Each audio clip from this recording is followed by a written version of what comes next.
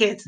So one of the needs that I've identified from your formative assessment today on Socrative is that everyone needs a little more work on nouns, especially terminology and how you identify like what column it belongs, all the stuff that we've kind of glossed over in the first semester. Then now I think we need to really like kind of get down to work on. So in this video, I'm going to be teaching a little bit about the terms of nouns, the columns of nouns, etc., how you identify what gender a noun is, how you identify if it's first, second, or third column, things like that. So what you're going to need is you're going to need notebook paper and this video and something to write with. I'm going to ask you questions throughout the video that will be answered in the video, and I want you to write down your answers to the video questions. And then you're going to take a picture of those notes and upload them to Google Classroom as proof of your assignment completion. Okay, let's get started. Okay, so kids, what you're looking at here is what I call the noun chart, not to be confused with the noun flip chart. The noun chart is a listing of all the endings in one place so you can memorize the endings in a row, okay? Now, what you will notice, what I would like us to look at first are the endings that you have in your flip chart. That is this series of endings. That's your first column. Okay. These endings here are your first column of endings. The columns of endings, and you have 3 of those columns, are called declensions. Okay. So we are going to focus on the ones that are circled here. Okay. Don't worry about writing these down. I am going to be printing them out for you so that you can tape them to the back of your noun flip chart. You might have noticed that your noun flip chart on the back is blank. It is not going to be that way for long. You are going to get a chart to tape to the back of your noun chart with these endings on it. So you'll notice I've circled 3 sets of endings. The first set of endings is called the first declension. They are generally feminine. The second declension endings are called, the second column of endings is called second declension. Those are generally masculine. The third declension, this third set of endings, is kind of like, whatever, we don't follow the man's rules. These can be, they aren't both. They're not both masculine and feminine, but masculine nouns can be in this category, like the word pater. Pater means dad, and it is masculine, and it is third declension, and it will follow these endings, okay? And then feminine words can also be in the third declension. Words like mater. So the words don't have both genders in this column. They can be either masculine or feminine. So what is a noun declension in your words? Please answer that question in your notes. Now, when we're looking at nouns, you might ask yourself, Magistra, how do I know which declension a noun belongs to? That's a great question. The most important thing to look at when you're learning about noun declension and saying, okay, I don't know which column I should get my endings from, you have to look at the second word in the dictionary listing. Let me tell you what I mean by that. So let's say I look up a word in the dictionary and it is tempus temporis, and then it'll have an N right behind it. And what this word will say is, in the dictionary, this is called the dictionary listing, it'll say tempus temporis, time, okay? Because that is what tempus temporis means. Tempus temporis means time. So let's say I was trying to use this in a sentence, or I was trying to read it in a Latin sentence, and I wanted to know, is it a first declension word? Is it a second declension word? Or is it a third declension word? Because it does matter. Well, what I'm going to look at is I'm going to look at the second word. The first word is a trick, because if you look at the first word of this, okay, US, you would think it was second declension, right? Because second declension is US. But in actuality, tempus temporis is third declension. So what's going on here? How do I know that? How can I tell? Every dictionary listing is listed in this way. What we have, the dictionary will give you, the first word in the dictionary listing is going to be the nominative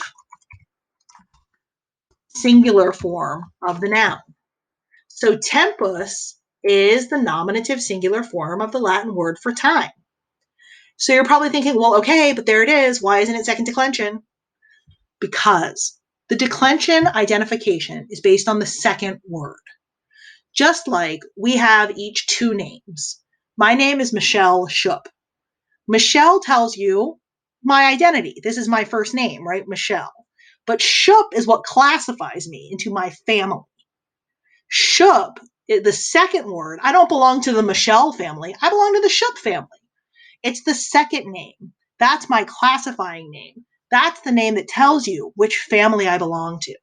It's the same in Latin. The second word in the dictionary listing is the genitive singular. Okay?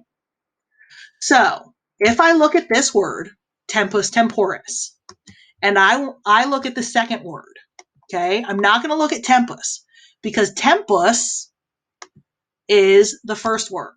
And this is not my indicator. It's like my first name, right? The second word, that's that ending of that word. That's my indicator.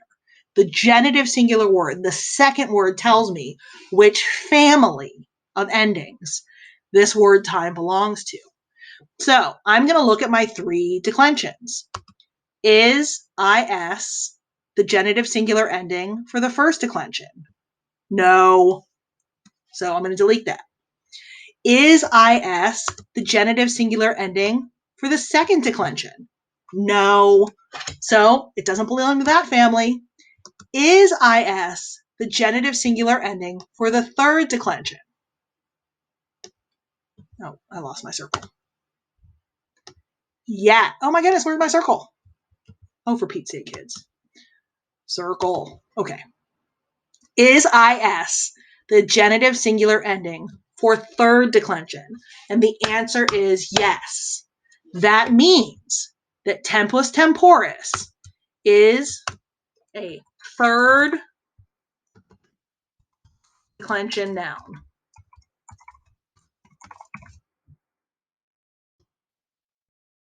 Or noun, whatever. Sorry, kids. It's a third declension noun. Okay? This is super duper important. Why? Because when you're reading this word, now that you know tempus temporis is a third declension noun, you know how it will end the whole way down. Now you know that since this noun it belongs to the family of the third declension,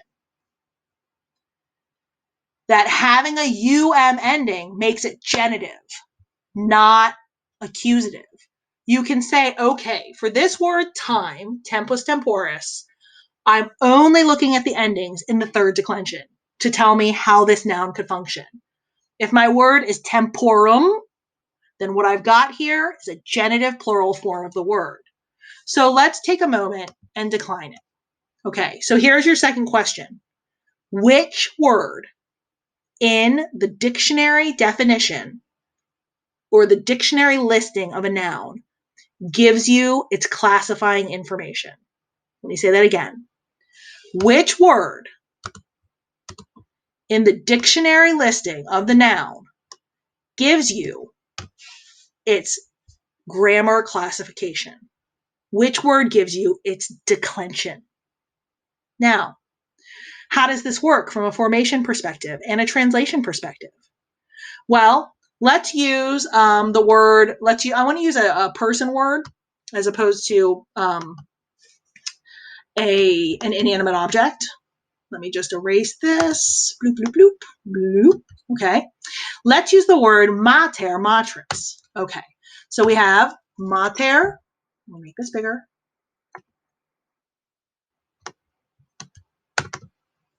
Comma matris. It would say F, and it would say mother. Okay. If we were to look up that word in the dictionary, it would give us that listing. So I want you in your notes to copy what I'm about to do. Okay. So what I'm going to do I'm going to set my background as lined because I think that'll be easier. Okay, so on your lined paper, I want you to make a noun chart going down. So nom, gen, I'm going to need to make this caption size.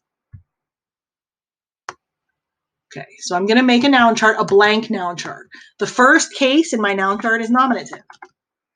So nominative. I'm just going to put nom and then a colon. And then for my next line, I'm going to put gen because that's the next case in my noun chart. Third, I'm going to put dat because dative is the third case. My fourth case, that's right, accusative. And then the fifth case is ablative. If you're wondering how I got that order, open your flip chart, flip it to the other side. It's the order of the noun chart. Okay, so nom, gen, dat, accusative, ablative. So I'm going to make a copy of this because I need it for singular and plural. Okay, so up here, I'm going to write singular. And here, I'm going to write plural. So what I need to do is I need to decline this noun. What does that mean, to decline a noun? To decline a noun means to take its root and add the endings from the noun chart. So for the word mater, well, if you remember from earlier in the video, the first word in the dictionary listing is the nominative singular. So I'm just going to put that, mater. Done. The second word in the dictionary listing is the genitive singular. So I'm just going to put that. Done. Now, what do we do for the other 8? Because we're not going to talk about vocative. Don't worry about that. In order to get the root of the noun, the part that we use to attach all the other endings to, I'm going to take the genitive word and I'm going to cut off its ending. You see that? I took this is and I got rid of it. So that's going to be my root for the rest of my endings. Matur, matur, matur. Okay, so now what I have is, I have my nominative. Remember, it's dash, dash, dash. I have my genitive, is. Now I need to add my dative. What's the dative ending? It's I. How do I know that? Because mater, matris is a third declension noun. So I'm going to use my third declension column. What's the accusative ending for third declension? em. What's the ablative ending? Eh. Okay. So let's do that same thing for the plural. What's my root for mater? Go to the second word and cut off the genitive ending. Leave me with matrur. Now, what's my nominative plural ending? Es. Matrur. What's my genitive plural ending? Um. Dative. My root is matrur. I'm going to add ibus. Accusative. Matrur. I'm going to add es. An ablative, matrur, and I'm going to add ibus. Okay? So you're probably like, oh my God, why do they have so many words for the word mother? Kids, I cannot answer this question for you. But they don't all mean mother. Because depending on the case, the meaning of the word changes. So let's see how that works. Mater is nominative case. So mater is going to be translated as mother. Matris is not nominative. Matris is genitive. So kids, how do I translate the genitive? Well, I find that information on my genitive case tab. The genitive case is translated with the word of. So matris means of mother. Or you could say of the mother, of my mother. How do I translate matri? It doesn't mean mother. That's mater. If I look on the dative case tab, I'll see that it's to or for mother. Okay, so and again, you could say the mother, my mother. I bought a cake for my mother, right? What about the accusative? Well, if we look at the accusative tab, there's no special word to help translate it. So I'm just going to say mother. Okay? And then finally, ablative. Look, if it's ablative, it's got to have a preposition in front of it because a mother is not a unit of time. You don't use your mother to do things. Like I'm not cleaning my desk with my mother's body. Like that's weird. So there's got to be a preposition. So when I'm translating the ablative in these kinds of columns, I put by or with my mother. Okay? So then how are you going to do it with the plural? Exactly the same. So I'm just going to duplicate this. I'm going to copy this. And then I'm just going to add an S because you just make them plural. Okay? So matres is mothers. Matrim is of mothers. Matribus is 2 or 4 mothers. Matres is mothers. And matribus is 2 or by or with my mothers. Oh, let's take out my because, well, I mean, some people have more than one mother. Okay. So I want you to go ahead and make sure you write this example down in your notebook. Okay? What I would also like you to try to do is I would like you to try to do the following.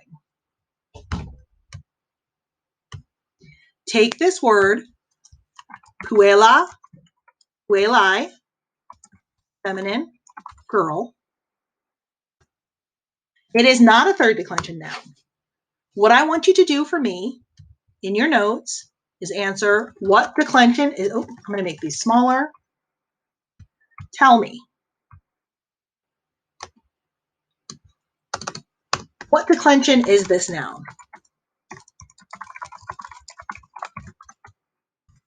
What gender is this noun? And then I want you to decline the noun. Remember, declining the noun means giving the 10 Latin forms and then the translations of the 10 Latin forms. Finally, I want you to tell me in your own words, what does gender mean when it comes to nouns? What does number mean when it comes to nouns? What do I mean by case? And finally, one more time, how would you define a declension? Once you complete that, please take a picture of your notes and then upload it to Google Classroom, and we're going to work on this tomorrow.